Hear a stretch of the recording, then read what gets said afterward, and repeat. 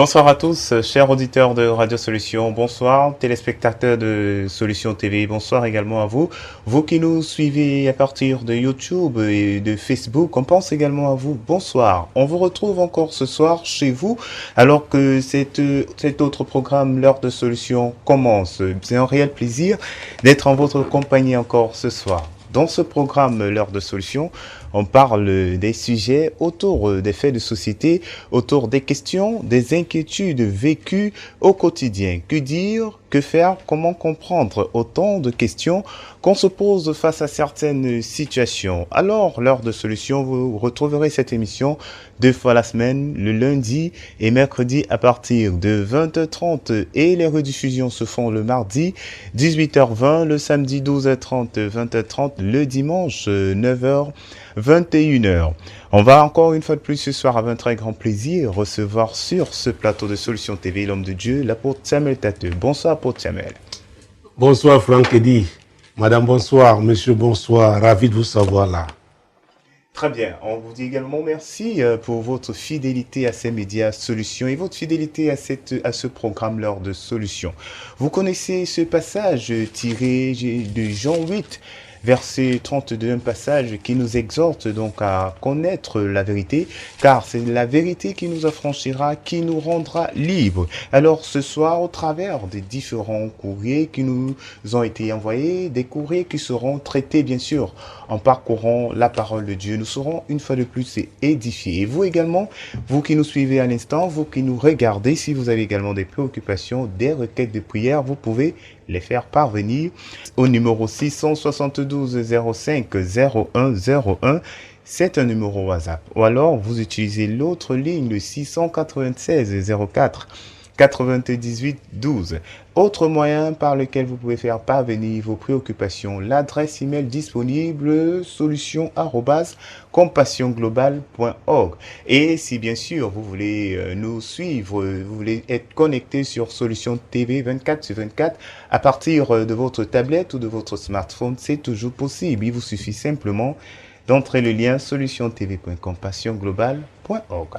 Voilà donc, mesdames et messieurs, ainsi communiquer les contacts de ce programme, l'heure de Solutions, des moyens qui vous permettent également de faire parvenir vos différentes préoccupations. Nous allons donc ce soir commencer avec les différents courriers perçus, bien sûr, si l'homme de Dieu le permet. D'accord. Très bien. On va donc prendre le premier courrier de ce soir. Il dit le courrier « Bonsoir, homme de Dieu ». La préoccupation de ce jour est portée sur l'intercession, à savoir intercéder. C'est pas tout à fait mauvais. Le problème ici est que doit-on le faire abusivement, c'est-à-dire si un idolâtre s'obstine à louer et adorer son comportement irresponsable et à créer des actes aux dégâts parfois irréversibles, doit-on toujours continuer de payer ses factures, ses dettes à lui, ou l'intercession a-t-elle des limites face justement à des gens sans frein et sans oreille, ou encore l'intercession doit-elle être illimitée face à des gens illimités? La question. Pour comprendre ce ministère, celui de l'intercession, il faut déjà connaître la volonté de Dieu. L'apôtre Pierre nous dit dans 2 Pierre chapitre 3, 2 Pierre chapitre 3, verset 9. Le Seigneur ne tarde pas dans l'accomplissement de la promesse, comme quelques-uns le croient, mais il use de patience envers vous, ne voulant pas qu'aucun périsse, mais voulant que tous arrivent à la repentance. Alors, pour que les gens arrivent à la repentance, effectivement, il faut des intercesseurs. C'est la volonté de Dieu. L'intercession au niveau personnel, au niveau familial, au niveau communautaire, au niveau d'une nation. Et je peux comprendre la douleur de cet auditeur ou ce téléspectateur qui a écrit, parce que il arrive régulièrement dans l'intercession que vous priez pour des gens, c'est comme si les choses se gâtent au fur et à mesure que vous priez. Et ça crée des dégâts. C'est pourquoi la question qu'il pose est une question essentielle. Et je ne pourrais pas répondre sans recourir au Saint-Esprit. Mais j'ai tenu pour planter le décor que l'on sache, que nos auditeurs et téléspectateurs, nos internautes sachent que Dieu veut que tout le monde, n'est-ce pas, arrive à la repentance. C'est la volonté de Dieu. Parce que dans Jean 3,16, le Seigneur dit, car Dieu a tant aimé le monde qu'il a donné son Fils unique, afin que quiconque croit en lui ne périsse point, mais ait la vie éternelle. Et c'est lui encore qui dit, que servirait-il à un homme de gagner le monde entier s'il doit perdre son âme? Nous sommes là dans Matthieu 16, 26. Donc, pour dire que l'intercesseur a la notion de priorité. Il sait ce qui est important. Pendant que beaucoup se battent, se déchirent pour des choses périssables, dans un monde éphémère, l'intercesseur a la notion de l'éternité. Et il prie pour le bonheur, pas seulement de certains individus, certaines communautés, le bonheur collectif. C'est pourquoi l'intercession se fait à plusieurs niveaux. Il y a des gens qui sont, que Dieu a appelés à intercéder, et ils peuvent le faire au niveau local, au niveau d'une assemblée locale, de quelques assemblées, au niveau d'une ville, au niveau d'une nation. Il y en a à qui Dieu a donné le ministère d'intercession, au niveau des nations, au niveau des continents. Et à tous ces niveaux-là, il y a des souffrances que l'intercesseur va éprouver. Parce que il se lance. Dieu l'équipe. Mais il a des limites. Parce que là, il parle de limite, la notion de limite. Effectivement, la notion de limite existe. Alors, nous sommes en train de, nous avons pris 2 Pierre, chapitre 3, verset 9. Juste à côté, nous prendrons le livre de Jacques. Juste avant, nous prenons le livre de Jacques. C'est important, chapitre 5, versets 19 et 20. Mes frères, si quelqu'un parmi vous est égaré loin de la vérité et qu'un autre l'y ramène, qu'il sache que celui qui ramènera un pécheur de la voie où il s'était égaré sauvera une âme de la mort et couvrira une multitude de péchés. Alors, c'est une intervention. Un frère qui intervient en faveur d'un autre frère dans la foi qui est en train de s'égarer. Ça veut dire quoi? Le ravisseur, le voleur. Jésus a dit, le voleur ne vient que pour voler, égorger et détruire. Donc cette action est puissante au travers de l'intercession. Et quand on réussit, c'est la joie. On a ramené son frère. Pour dire que l'intercession, ce n'est pas seulement par rapport aux non-croyants, l'intercession même se fait au sein de la famille chrétienne, parmi les disciples, parce qu'il peut arriver, n'est-ce pas, que quelques-uns s'égarent. L'apôtre Pierre a dit, le diable rôde comme un lion rugissant.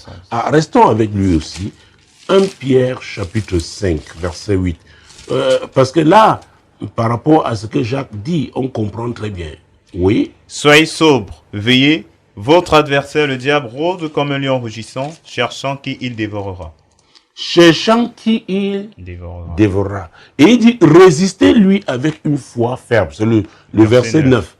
Alors, cette résistance peut se faire par un tiers, c'est-à-dire un frère qui réalise que l'autre est en train de s'égarer.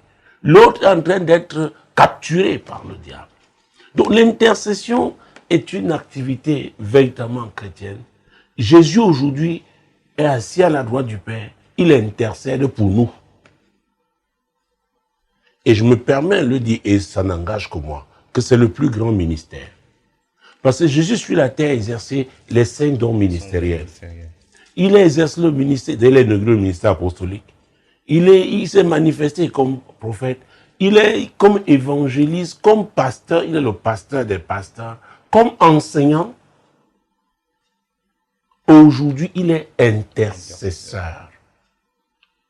Donc, ce ministère-là, et je le rappelle toujours, partout où je suis allé, n'est-ce pas, enseignant sur l'intercession, on n'a pas besoin d'être sorti d'une école de théologie, d'une école biblique quelconque, d'un institut biblique.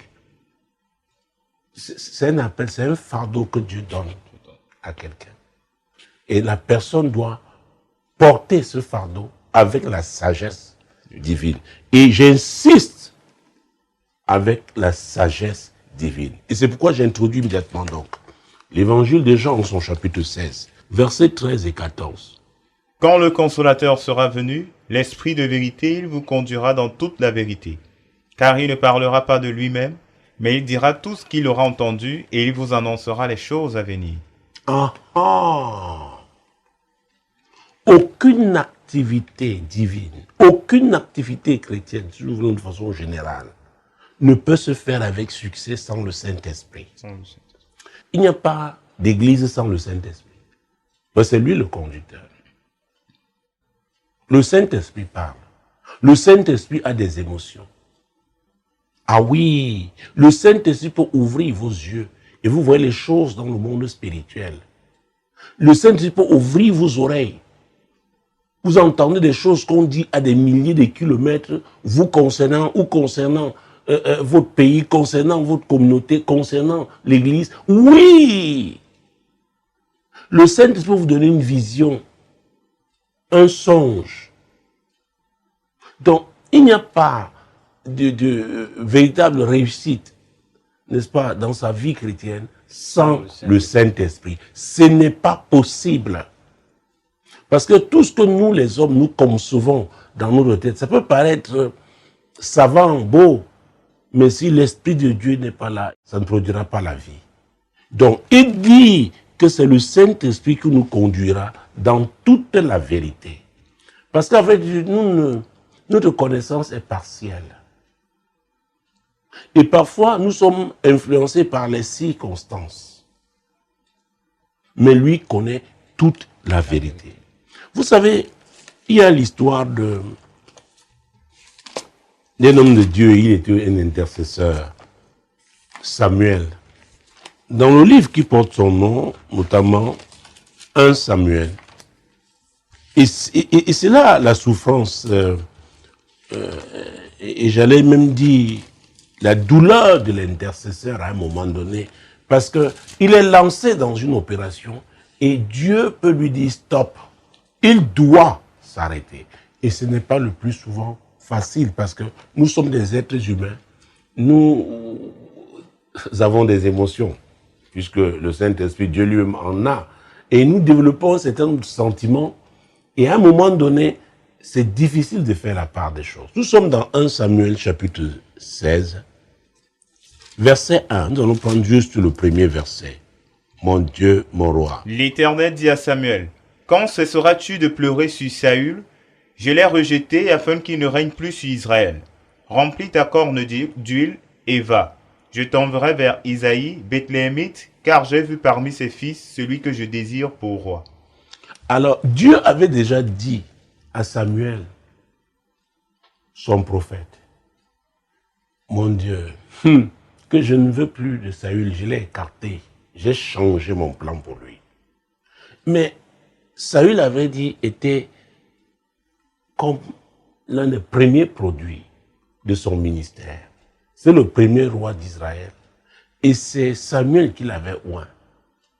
Donc, pour Samuel, il était un fils.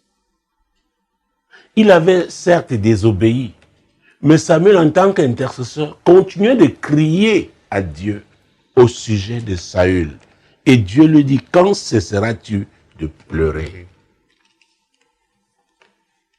Vous savez, il ne s'agit pas là de larmes de crocodile. Vous savez, il y a des larmes qui sont invisibles, mais qui sont, oh mon Dieu, d'une profondeur indescriptible, parce que c'est le fond du cœur. Donc Samuel était un intercesseur, parce que dans son courrier, il nous demande s'il n'y a pas de limite. S'il n'y a pas de limite, oui. N'est-ce pas? Oui. Très bien. Alors ici, Dieu vient clairement rappeler à Samuel qu'il a dépassé une limite. La limite que lui-même, Dieu, oh mon Dieu, s'est imposée. Donc son courrier a toute sa portée. Vraiment, c'est un courrier important. Il dit, quand cesseras-tu de pleurer? Oh Jésus-Christ de Nazareth, moi je l'ai rejeté. Va chez Isaïe, j'ai trouvé quelqu'un chez lui. Et c'est celui-là que je veux maintenant établi roi. C'était très difficile, douloureux pour Samuel. Donc, en parlant du Saint-Esprit, en tant que conducteur, cela veut dire aussi qu'on doit se soumettre à lui. Cela veut dire qu'à un moment donné, on doit fermer les oreilles à ce que les hommes peuvent dire, ou même à ce que notre propre cœur peut parler. Parce que notre cœur peut parler. Hein. Ah, il parle. Parce que nous avons l'obligation d'obéir à Dieu. Ah oui, nous avons l'obligation d'obéir à Dieu. Alors, pour que nos auditeurs, n'est-ce pas, soient effectivement fixés, quelque part, il a parlé de quelqu'un qui s'obstine. Par exemple, dans l'idolâtrie, en posant des actes irresponsables et qui créent les dégâts à d'autres personnes. L'obstination n'est pas de Dieu. C'est une forme de tétuitesse. C'est-à-dire que Dieu dit, voilà, maintenant on va à droite. La personne dit non, je vais à gauche. Vous savez, nous avons eu un courrier là, peut-être l'année dernière, à l'époque, nous faisions les descentes dans la rue. Oui, et il s'agissait de quelqu'un qui aimait une femme, mais une femme qui s'opposait à son autorité d'homme. Et j'avais dit à l'époque que Dieu qui a créé le mariage a fait de l'homme le chef.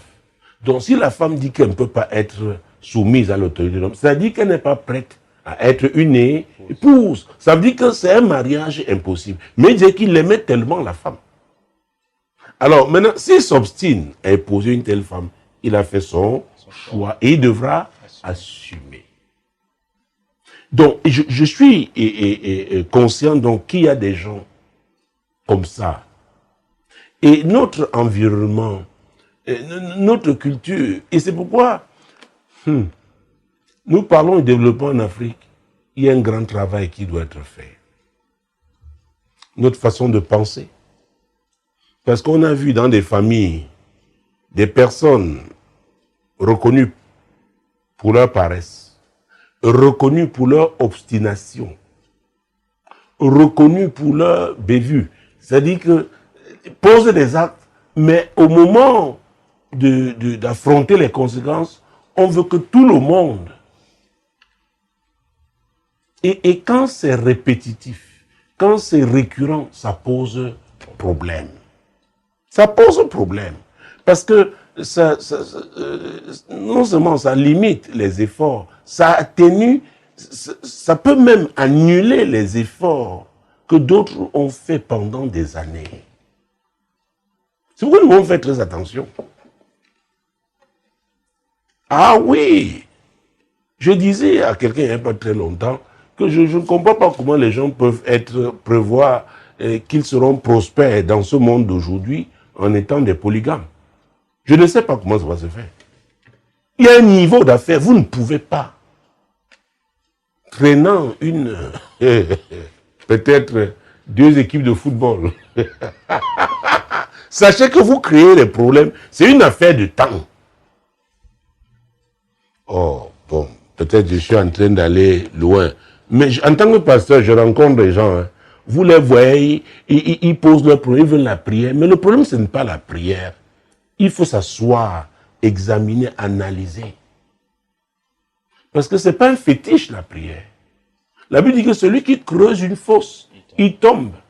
Donc par les décisions qu'on prend, on est en train de creuser une fosse. Et la fosse peut être invisible aux yeux de la personne. Mais vous qui êtes averti, vous savez que de façon inéluctable, la personne se retrouvera dans cette fosse. Et peut-être ce sera à un âge où elle ne pourra plus rebondir.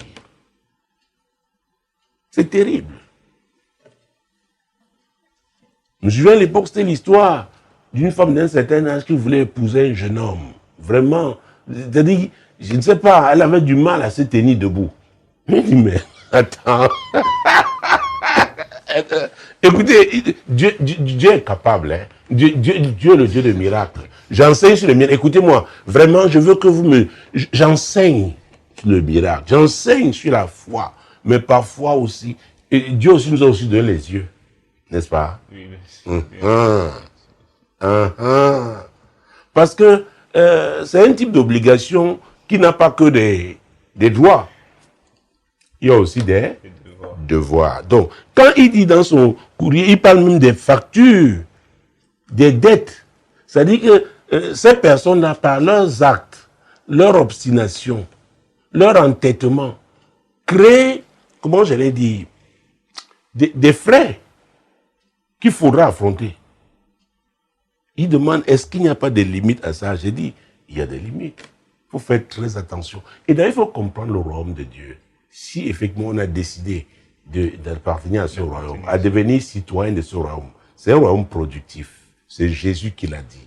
Et nous pouvons lire les 2 premiers versets donc du 15e chapitre de l'évangile de Jean. Jean en son chapitre 15. Mon Dieu, mon roi. Parce que même à l'église, les gens croient que non, la manne tombe du ciel. C'était pour une époque. et même à cette époque-là, les gens ont murmuré contre cette manne. Jean chapitre 15, verset 1 et 2. Je suis le vrai cep et mon père est le vigneron. Tout sarment qui est en moi et qui ne porte pas de fruits, il le retranche. Et tout sarment qui porte du fruit, il l'émonde afin qu'il porte encore plus de fruits. Alors, lui qui a écrit, je crois que il est effectivement un citoyen du royaume de Dieu. Il est effectivement un vrai chrétien.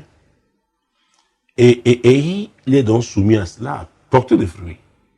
Écoutez, c'est trop facile, parce que j'ai entendu ces enseignements-là, on les a répétés, oui, il s'agit seulement des fruits spirituels. Je veux bien qu'on me dise des fruits spirituels, mais dans ce studio, nous avons la lumière parce que les quittances sont payées. Hein. D'accord? Oui, bien sûr. Donc, quand on nous envoie des quittances ici, si je me mets à prier, on va couper. On va couper. Encore que nous appartenons maintenant à une autre classe de clients. Pour dire que la production aussi est concrète. Donc, c'est comme vous sémez. Quand vous sémez les arachides, vous ne vous attendez pas à récolter le maïs. N'est-ce pas? Vous avez sémé les arachides. Vous savez que quand vous allez récolter, il y aura une partie qui sera vendue. N'est-ce pas? Il y aura peut-être une partie qui va servir à la consommation. Et il y aura une autre partie qui va permettre de s'aimer encore à nouveau. Et ce qui sert, par exemple, à la vente, qui va, c'est beaucoup facile face à un certain nombre de charges. Peut-être vous devez envoyer les enfants à l'école, etc., etc. Au lieu d'envoyer vos enfants à l'école, il se trouve toujours un frère, une sœur, un cousin ou une cousine qui revient toujours avec de faux problèmes. Qu'est-ce que vous faites? Il y a un choix à faire. Vous ne direz pas que Dieu ne vous a pas aidé. Vous avez travaillé, vous avez produit, vous avez moissonné. Mais il est question maintenant, on est en train de vous mettre une pression familiale le plus souvent pour que vous orientiez votre moisson vers ce qui n'est pas productif. Vous pouvez le faire une fois parce que, bon, on doit s'entraider. Mais quand ça devient récurrent, il y a un problème. Si vous continuez dans cette voie-là et que vous finissez mal, la faute ne sera pas à Dieu. Donc, il y a effectivement des limites. Il y a des gens qui ont fait des choix. À un moment donné, il faut les laisser. Ah oui. Vous savez, Jésus a parlé et il s'adressait à Simon. Simon qu'on appelle aussi dans la Bible Pierre. Dans Luc chapitre 22, nous étions dans l'évangile des Jean juste avant donc, Luc chapitre 22. Luc chapitre 22. Pour vous dire que l'intercession a sa place. Je continue de le dire, je suis un intercesseur. Mais j'insiste aussi sur le fait que l'intercession a des limites. Ici, c'est Jésus lui-même qui, après son intercession, va s'adresser à Simon. Nous sommes au verset 31, Luc 22. Le Seigneur dit, Simon, Simon, Satan vous a réclamé pour vous cribler comme le froment. Mais j'ai prié pour toi afin que ta foi ne défaille point. Et toi, quand tu seras converti, affermis tes frères. Ah! Vous voyez ça? Nous avons lu les versets 31 et 32 de Luc 22. Jésus était obligé d'intercéder. Le diable a réclamé toute son équipe. Il pouvait cribler comme le froment. Ce n'était pas le jeu. Hein? Il a intercédé pour qui? Pour Simon. Celui doit être le capitaine. Il dit, quand tu seras converti, donc Simon avait encore des problèmes. Mais il y a quelque chose de bien avec Simon. Simon avait la bonne volonté. C'est pourquoi, ouais, il anticipait toujours, pas qu'il anticipait dans le bon sens, mais il était toujours prêt. Il dit, Seigneur, si c'est toi qui es en train de marcher chez les autres, ordonne-moi de venir. Il essaye. Il commence à marcher, mais après, quand le vent commence à souffler, il s'enfonce. Il dit, Seigneur, aide-moi. Il a juré qu'il ne pouvait pas renier le Seigneur, mais il a fini par le faire sous la pression. Donc, il aimait Dieu son cœur, et c'est ça qui fait la différence. Le cœur. Ces personnes-là, est-ce que véritablement elles aiment Dieu et qu'il se trouve, n'est-ce pas, qu'elles tombent dans des embûches, n'est-ce pas, tendues par le diable, qui lui qui est rusé, il rôde toujours. Ou alors sont des personnes entêtées et qui se disent, nous voulons jouir des fruits de ton travail. Mais nous ne sommes pas prêts à suivre la source qui te fait prospérer. De telles personnes sont dangereuses. Parfois, se moquent même de vous quand vous priez. Se moquent de vous. Mais au moment où elles ont, ces personnes-là, un problème, elles viennent tendre la main. Et pour elles, vous avez l'obligation de leur donner. Non. Non. Donc, Jésus a intercédé. Pour Pierre, dit, quand tu seras converti, quand tu passeras à un autre niveau, tu comprendras les réalités. Et c'est pourquoi j'aime ce passage de Jean 8, 32. Vous connaîtrez la vérité. Pierre, il y a un niveau que tu n'as pas encore atteint. Quand tu connaîtras cette vérité, oh, tu te tiendras aussi pour les autres. Et c'est pourquoi il leur a fait la promesse du Saint-Esprit, qui est l'esprit de vérité, qui conduit dans toute la vérité. Nous l'avons lu tout à l'heure, n'est-ce pas, dans Jean chapitre 16, versets 13 et 14. Alors, nous sommes toujours en train de répondre à ce courrier en prenant tous les éléments, n'est-ce pas, qu'il a soulevés dans le dit courrier. Allons dans Matthieu chapitre 27. Et nous sommes toujours avec Jésus. Et nous sommes encore avec son équipe. L'évangile de Matthieu, en son chapitre 27, versets 3 à 7. Alors Judas, qui l'avait livré, voyant qu'il était condamné, se repentit et rapporta les 30 pièces d'argent aux principaux sacrificateurs et aux anciens, en disant, « J'ai péché en livrant le sang innocent. » Ils répondirent, « Que nous importe, cela te regarde. » Judas jeta les pièces d'argent dans le temple, se retira et alla se pendre. Les principaux sacrificateurs les ramassèrent et dirent, « Il n'est pas permis de les mettre dans le trésor sacré, puisque c'est le prix du sang. » Et après en avoir délibéré, ils achetèrent avec cet argent le champ du potier pour la sépulture des étrangers. Oh, pour le cimetière des étrangers. L'argent du sang. Personne n'a intercédé pour Judas. Il y a des situations, oh mon Dieu, l'Esprit de Dieu me rappelle une histoire dans Genèse. Il y a des situations, parce que vous avez payé le prix, vous avez fait ce qu'il fallait, mais après, et parce que la personne s'entête, vous devez savoir vous arrêter. C'est très, très important. Judas a regretté, hein. Il allait revoir les religieux, les sacrificateurs qui lui avaient donné l'argent pour qu'il trahisse Jésus. Ils ont dit non, non, non, non. L'argent là est un argent maudit. Nous ne pouvons plus. Tant pis pour toi. Si tu l'as fait, tu l'as fait. D'ailleurs, ne savons prier ensemble. Personne n'a intercédé pour Judas. Oh mon Dieu, mon roi. Jésus-Christ de Nazareth. Genèse 18, verset 17. Alors l'Éternel dit, « Cacherai-je à Abraham ce que je vais faire ?» Ah, cacherai-je à Abraham ce que je vais faire? Abraham était un intercesseur. Très bien. Et Abraham s'est levé, parce que l'intercession, il y a une dimension qui intègre le combat spirituel. Quand Lot est parti, Lot est arrivé à Sodome, on l'a enlevé parce que ce territoire avait été frappé par les ennemis et ils avaient été enlevés. Lot, sa femme, les enfants, tout le monde, c'est bien. Abraham n'avait jamais fait la guerre, mais il a armé 318 personnes formées dans sa maison pour aller faire la guerre. C'est comme ça qu'il a ramené Lot et tous ses biens et tout ce peuple-là. Nous parlons de l'intercession. Je parlais d'intervention tout à l'heure. Abraham était un intercesseur. Voilà à qui là, la visite de 3 anges. Et il y a l'un qui représentait l'Éternel. Qui va lui dire, mais est-ce que je cacherai quelque chose à Abraham? La relation que j'ai à Abraham est si intime, si étroite, qu'au moins je lui dirai ce qu'il doit faire. Et parce que dans la Bible, Dieu dit qu'il ne fait rien sans d'abord annoncer à ses serviteurs, les prophètes. Abraham était un prophète. Alors, nous essayons de gagner en temps. Hein. Verset 20.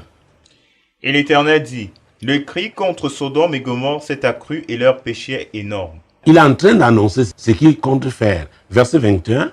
C'est pourquoi je vais descendre et je verrai s'ils ont agi entièrement selon le bruit venu jusqu'à moi.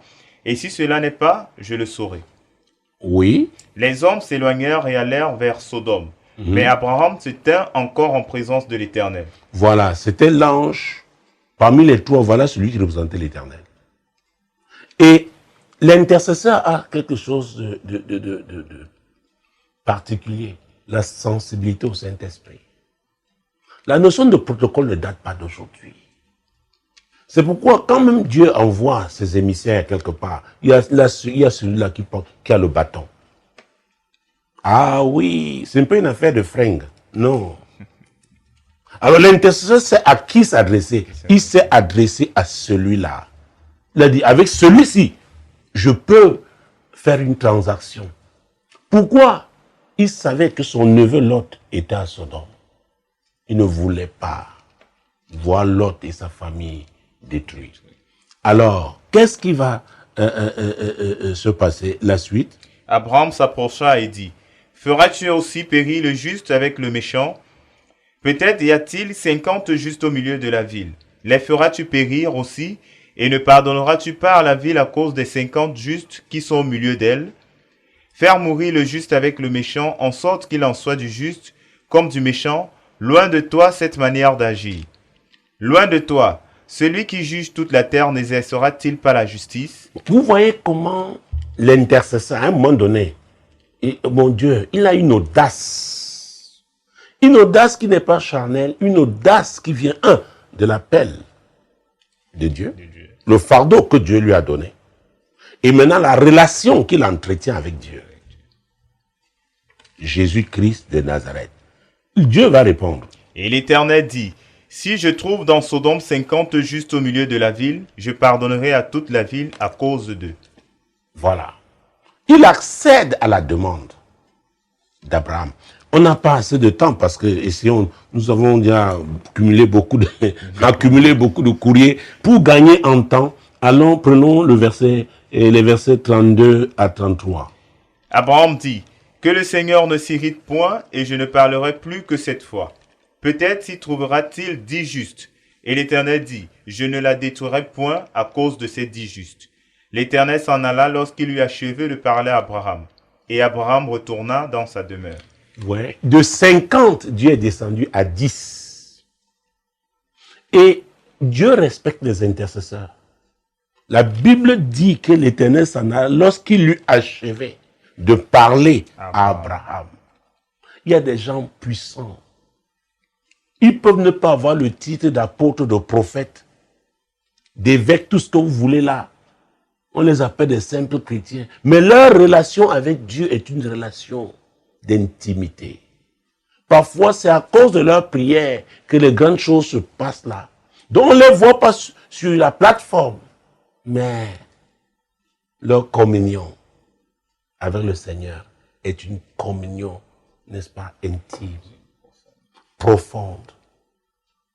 Alors, passons au chapitre suivant. Chapitre 19. Puisque vous venez de lire les derniers versets. Oui, tout à fait. Les 2 anges arrivèrent à Sodome sur le soir, et Lot était assis à la porte de Sodome. Quand Lot les vit, il se leva pour aller au-devant d'eux et se prosterna la face contre terre.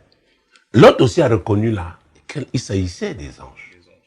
Ils avaient mangé déjà avec Abraham. Et ceux-ci, ils vont passer la nuit chez Lot, mon Dieu, mon roi. Et ils vont dire à Lot, avertis Lot. Prenons le verset 12. Les hommes dirent à Lot, qui as-tu encore ici? Gendre, fils et filles, et tout ce qui t'appartient dans la ville. Fais-les sortir de ce lieu. Oui. Car nous allons détruire ce lieu parce que le cri contre ses habitants est grand devant l'Éternel. L'Éternel nous a envoyés pour le détruire. Vous voyez comment Dieu a une façon de parler. Il s'adresse à Abraham comme si il va se rassurer, mais Dieu sait tout. Et les anges disent là qu'ils sont venus pour détruire. Et Abraham, en tant que prophète, en tant qu'intercesseur compris, il s'est mis directement à intercéder. Parce qu'il connaît le langage de Dieu. Mon Dieu, mon roi. Alors, verset 14. Lot sortit et parla à ses gendres qui avaient pris ses filles. Levez-vous, dit-il, sortez de ce lieu, car l'Éternel va détruire la ville. Mais, aux yeux de ses gendres, il parut plaisanter. Il parut plaisanter. Des gens qui ne craignaient pas Dieu. Au fait, même l'autre s'est retrouvé là-bas comment? Oh, ça c'est un autre sujet. Alors, continuons de raccourcir la lecture pour comprendre. Verset 16.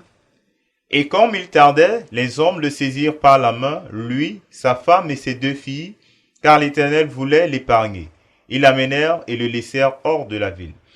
Pourquoi l'Éternel voulait l'épargner? À cause de l'intercession d'Abraham. Il y a des Abraham dans la vie des gens. Quand ils se tiennent, Dieu dit oui, comme tu t'es tenu là, bon. C'est des gens qui peuvent négocier avec Dieu. Oui. Oh mon Dieu, verset 17. Après les avoir fait sortir, l'un d'eux dit, « Sauve-toi pour ta vie, ne regarde pas derrière toi et ne t'arrête pas dans toute la plaine. Sauve-toi vers la montagne de peur que tu ne périsses. » De peur que tu ne périsses, ce que nous sommes même en train de faire là, c'est à cause d'Abraham. Donc ne regarde pas en arrière. Qu'est-ce qui va se passer au verset 25? 26. La femme de Lot regarda en arrière et elle devint une statue de sel. Vous voyez ça? Elle devint une statue de sel. Verset 29. Lorsque Dieu détruisit les villes de la plaine, il se souvint d'Abraham. Et il fit échapper Lot du milieu du désastre par lequel il bouleversa les villes où Lot avait établi sa demeure. Vous voyez, lorsque Dieu détruisit les villes de la plaine, il se souvint de qui? D'Abraham, l'intercesseur. Mais est-ce que la femme de Lot a pu s'en sortir? Non. Et si nous lisons la suite, verset 30. Lot quitta Tsoar pour la hauteur et se fixa sur la montagne avec ses 2 filles, car il craignait de rester à Tsoar. Il habita dans une caverne, lui et ses 2 filles. L'aîné dit à la plus jeune, « Notre père est vieux, il n'y a point d'homme dans la contrée pour venir vers nous, selon l'usage de tous les pays. Viens, faisons boire du vin à notre père et couchons avec lui, afin que nous conservions la race de notre père. » Elles firent donc boire du vin à leur père cette nuit-là, et l'aîné alla coucher avec son père. Il ne s'aperçut ni quand elle se coucha, ni quand elle se leva. Le lendemain, l'aîné dit à la plus jeune, « Voici, j'ai couché la nuit dernière avec mon père. Faisons-lui boire du vin encore cette nuit et va coucher avec lui, afin que nous conservions la race de notre père. » Elles firent boire du vin à leur père encore cette nuit-là, et la cadette alla coucher avec lui. Il ne s'aperçut ni quand elle se coucha, ni quand elle se leva. Vous voyez, voilà Lot. Il n'est pas allé là où Dieu lui demandait d'aller. Parce que, mon Dieu, la Bible dit qu'il quitta toi pour la hauteur et se fixa sur la montagne avec ses 2 filles. Car il craignait de rester à toi. Il habita dans une caverne. Ce n'était pas là que Dieu. Mais comme il y avait l'intercession, Dieu devait me détruire toi, mais à cause de l'intercession d'Abraham, il a épargné cette ville. Et lui-même est allé se réfugier dans une caverne. L'inceste est entré dans sa famille. Voilà comment Lot est fini. Et Quand on vous parle dans la Bible des Moabites et des Ammonites, leurs ancêtres sont les deux enfants-là. Et après que Dieu ait bouleversé, ait détruit donc ces villes, la Bible dit que Abraham n'a plus cherché Lot. Pourquoi? Il avait fait sa part. Et ça, il est important de le comprendre. Abraham avait fait sa part. Le matin, il s'est réveillé, il a regardé, il a vu les décombres, il a vu, il a dit, bon, Dieu, j'ai prié, tu es Dieu. Tu m'as promis de préserver l'autre. Maintenant, si lui, il a fait sa part, gloire à Dieu. S'il n'a pas fait, mais moi, j'ai atteint mes limites. Donc, mesdames, messieurs, c'est très important. Vous savez, vous pouvez souffrir. Il y a des souffrances et je parle des tempêtes. Trouvez ces CD, vous qui m'écoutez. Je parle des tempêtes évitables et des tempêtes inévitables. À vrai dire, la mort de la femme de Lot était évitable, si elle avait obéi. Et Lot lui-même, s'il était allé là où Dieu lui avait demandé d'aller, mon Dieu, parce que Dieu lui avait dit, verset 17, lisons. Après les avoir fait sortir, l'un d'eux dit, sauve-toi pour ta vie. Ne regarde pas derrière toi et ne t'arrête pas dans toute la plaine. Sauve-toi vers la montagne de peur que tu ne périsses. Oui. Lot leur dit, oh non Seigneur, voici j'ai trouvé grâce à tes yeux et tu as montré la grandeur de ta miséricorde à mon égard en me conservant la vie. Mais je ne puis me sauver à la montagne avant que le désastre m'atteigne et je périrai. Oui. Donc il dit à Dieu que non, je ne peux pas. Dieu dit non, je veux que tu ailles. Je sais pourquoi je veux te préserver. Ma relation avec Abraham est telle. Oh. Nous sommes à quel verset? Verset 20. 21, oui. Et il lui dit, voici je t'accorde encore cette grâce et je ne détruirai pas la ville dont tu parles. Ah ah, c'est une ville que Dieu devait détruire. Et voyons ce que je viens de dire au verset 27. Abraham se leva de bon matin pour aller au lieu où il s'était tenu en présence de l'Éternel. Au lieu où il s'était tenu en présence, au lieu où il a intercédé. Oui. Il porta ses regards du côté de Sodome et de Gomorrhe et sur tout le territoire de la plaine.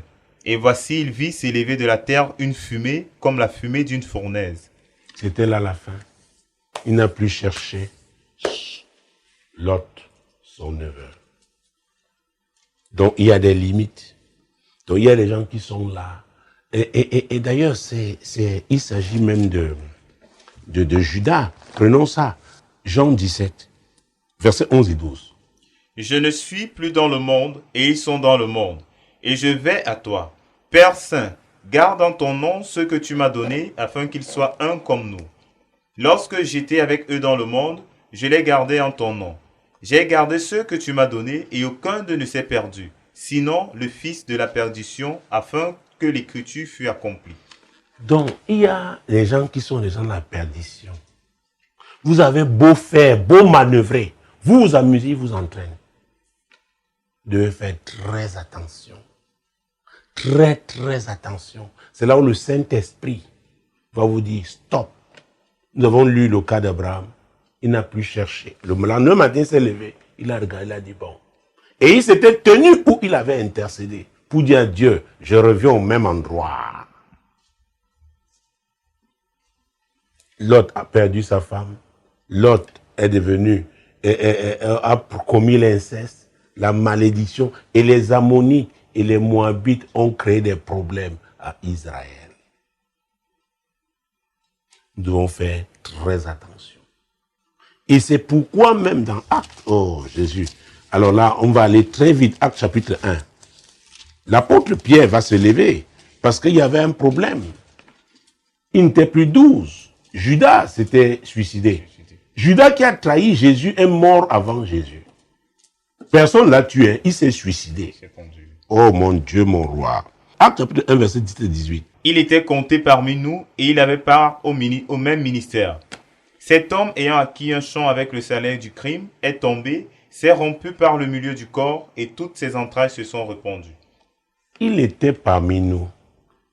Ça peut être un homme d'affaires. Vous avez commencé les affaires. Mais maintenant, lui, il a été pressé. Il y a des gens comme ça. Ils choisissent leur voie. Peut-être la voie de la sorcellerie. Il va aller vite. Et il va vers le diable. On a même vu dans le ministère. Les gens qui, à un moment, ils veulent le succès. Ils vont voir le diable.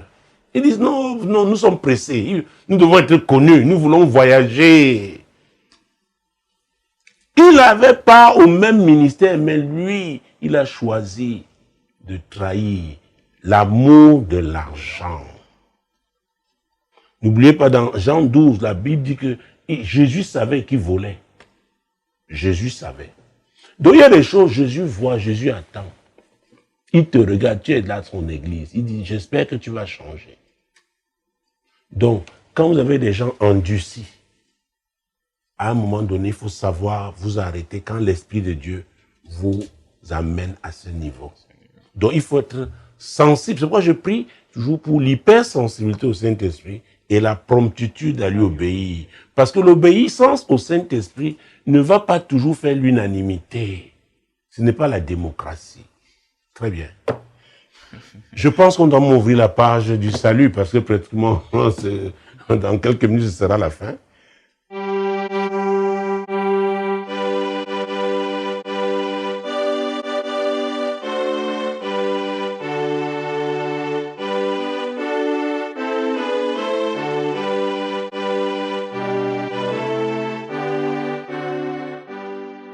Premier courrier qui vient tout juste de s'achever avec de très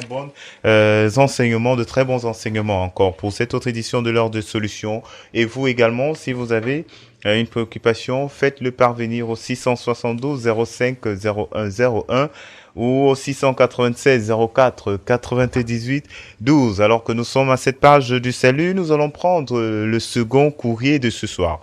Homme de Dieu, recevez mes salutations les plus distinguées. Je vous écris d'Ouagadougou, je vis le pire des moments actuellement. En effet, depuis plus de 8 ans, je tente des concours de la fonction publique, rien ne marche. J'ai couru de féticheur en marabout, mais rien. Dans ma famille aussi, rien ne va. Aucune de mes relations amoureuses ne porte de fruits, à peine commencé, à peine pris fin. Cela m'a conduit à une addiction à la pornographie. Homme de Dieu, aidez-moi à quitter dans cette pratique de débauche.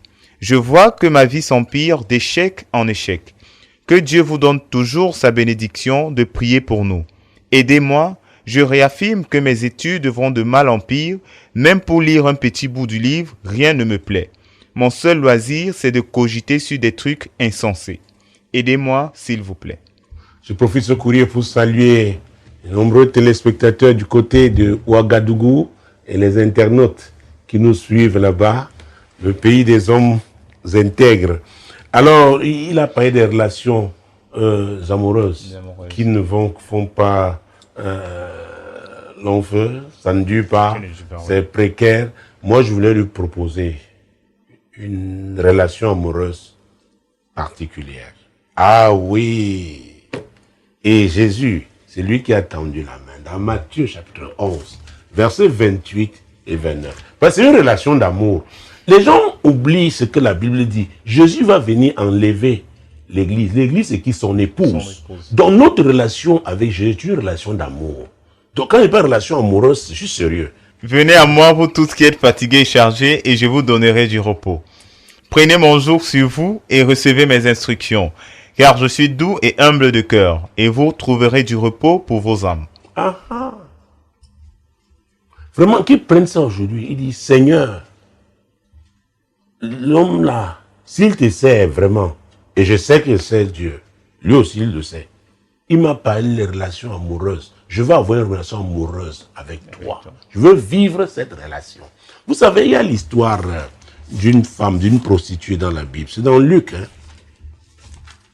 au chapitre 7. Vous savez, quand vous voyez comment les prostituées sont comportées, les femmes qui ont eu des expériences multiples avec les hommes, par rapport à Jésus, elles ont toujours eu une attitude particulière. Peut-être c'est à cause de leur expérience, n'est-ce pas, riche. Luc chapitre 7, mon Dieu, mon roi, versets 36 à 48. On va aller vite parce que nous sommes pratiquement à la fin de l'émission.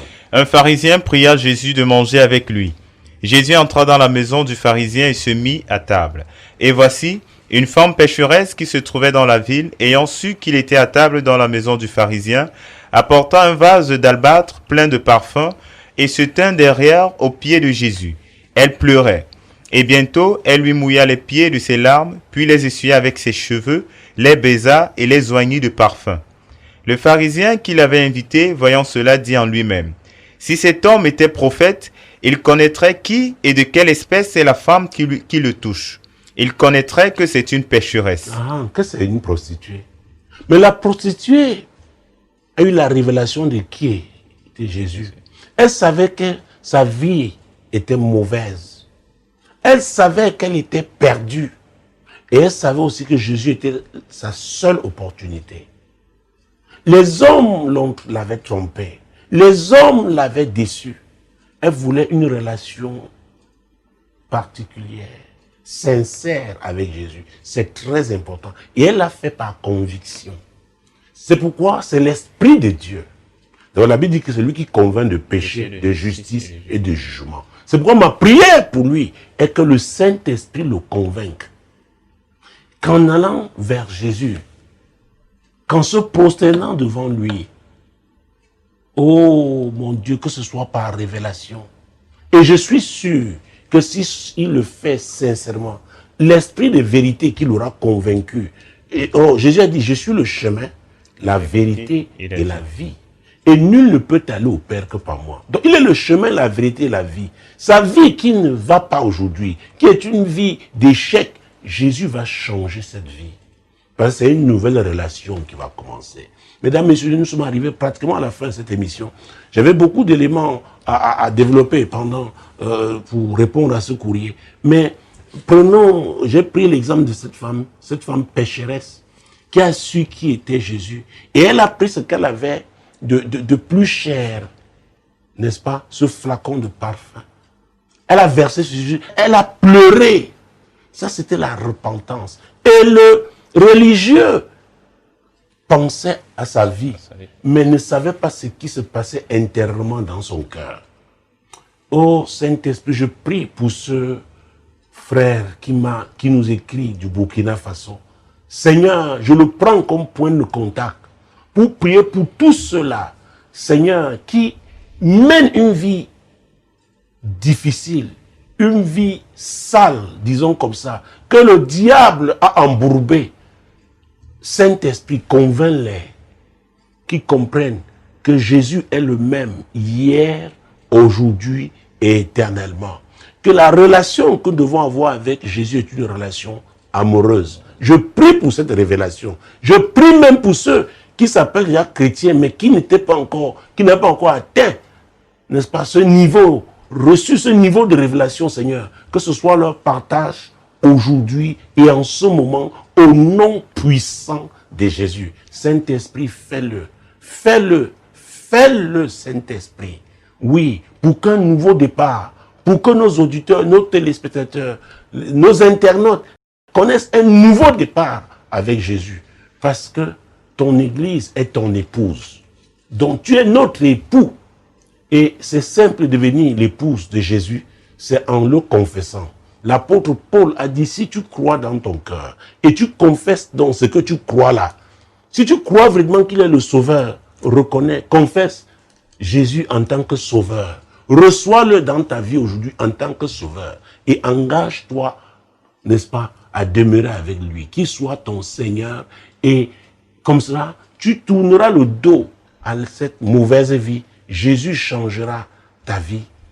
Et on parlera de toi, exactement comme aujourd'hui nous avons parlé de cette femme pécheresse, parce que ce qu'elle avait fait, elle l'avait fait par conviction. Cette conviction vient du Saint-Esprit. Saint-Esprit, fais-le. Fais-le. Et comme tu auras pris cette décision, je dois te dire, parce que Jésus l'a dit, que tout ce que tu demanderas en son nom, il le fera. Je ne sais pas quel est ton problème actuel. Demande à Dieu, demande au Père, au nom de Jésus, d'intervenir dans ta situation. C'est la parole du Seigneur. C'est lui qui l'a dit. Et je déclare que Dieu honore ta foi ce soir. Si c'est un cas de maladie, Jésus te guérit.